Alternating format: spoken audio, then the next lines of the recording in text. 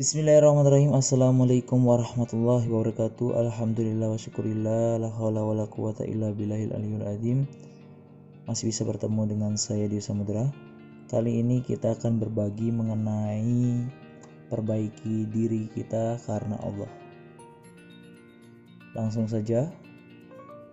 Kalau saja mau jujur kepada diri sendiri, petunjuk Allah Ta'ala untuk kita sangatlah melimpah. Kalau kita mau menyadari dan lebih teliti, ada berbagai macam kejadian yang akan mengiring kita untuk menemukan hidayah. Ini karena tidak ada kejadian yang kebetulan dan tanpa hikmah. Allah Maha Dekat dan Maha Tahu setiap kesalahan dan kelemahan kita. Allah Maha Baik dan tidak ada yang lebih menginginkan kita menjadi lebih baik selain Dia. Jika saja Allah murka dan langsung membalas maksiat yang kita lakukan dengan azab, sejak dulu kita sudah remuk, tidak tersisa. Namun Allah Ta'ala senantiasa menolong kita siang malam dan terus memberikan kesempatan agar kita bisa memperbaiki diri. Dia memberi kita berbagai ujian, baik terasa atau tidak, enak atau tidak, agar kisah sadar dan mau kembali kepadanya. Contohnya terjepit pintu, terkunci, terpleset, gelas tersenggol dan tumpah, serta barang-barang kecil lainnya yang tanpa sengaja terjatuh atau rusak. Semua penuh makna dan apabila kita mau menafakurinya, hal-hal yang biasanya kita anggap kecil itu sebetulnya tidak kalah berarti dibanding hal yang besar. Semisalnya, hal yang membuat kita sampai harus dioperasi dan diopname. Saudaraku, kejadian demi kejadian walaupun dirasa kecil harusnya membuat kita segera mengevaluasi diri dan bertobat. Kita bertobat kepada Allah agar Dia berkenan meridhoi kita.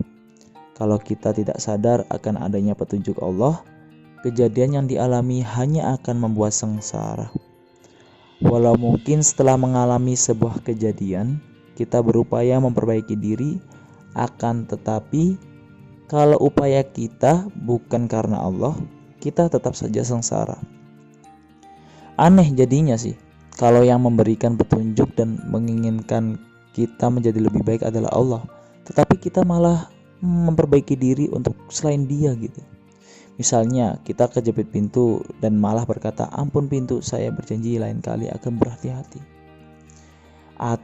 Misalkan kita terkena kotoran cicak, lalu kita sampaikan, "Maaf cicak, malam ini akan saya hidupkan lampu di dalam rumah. Pintu dan jendela saya biarkan terbuka dan obat nyamuk daya matikan. Makanlah dengan kenyang."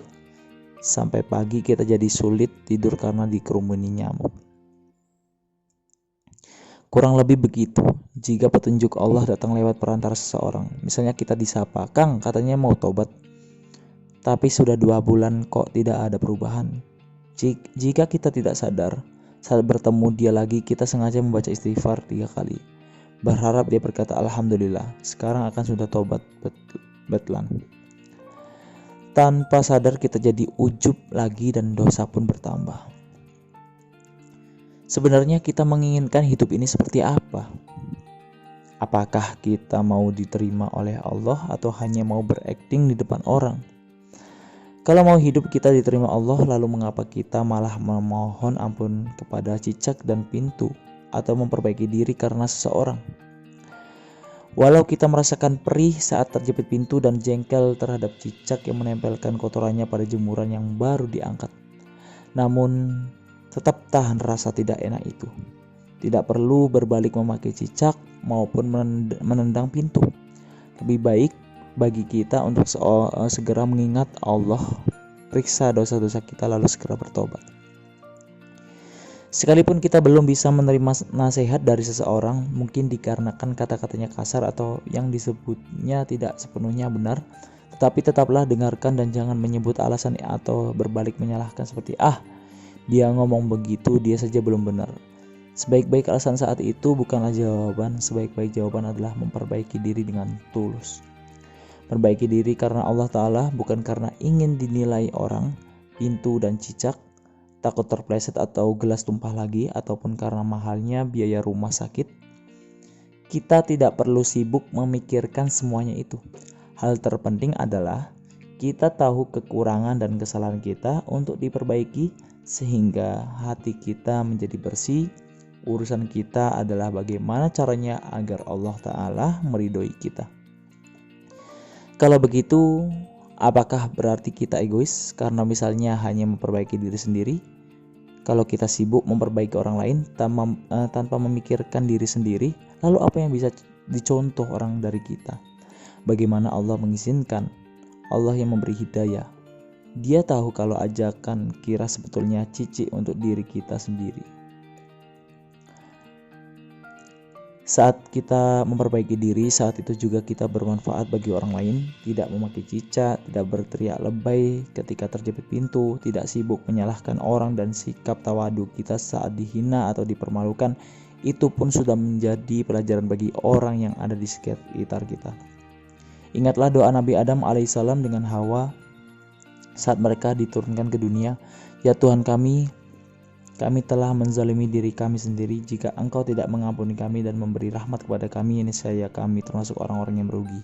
Surat Al-A'raf ayat 23. Dalam doanya, keduanya tidak menunjukkan siapa yang salah kecuali diri mereka sendiri. Bahkan mereka tidak menyebut dan menyalahkan setan atau iblis yang memang telah membisiki agar mendekati pohon yang telah dilarang oleh Allah Subhanahu wa taala. Doa Nabi Adam alaihissalam tersebut sesungguhnya mengandung pelajaran yang teramat berharga bagi kita, anak keturunannya. Syukur dan jalani episode apapun yang Allah takdirkan. Jangan ribet oleh keinginan. Dijamin Allah akan memberikan yang terbaik kepada kita. Oke, Haji Abdullah Gimnasira Ajim.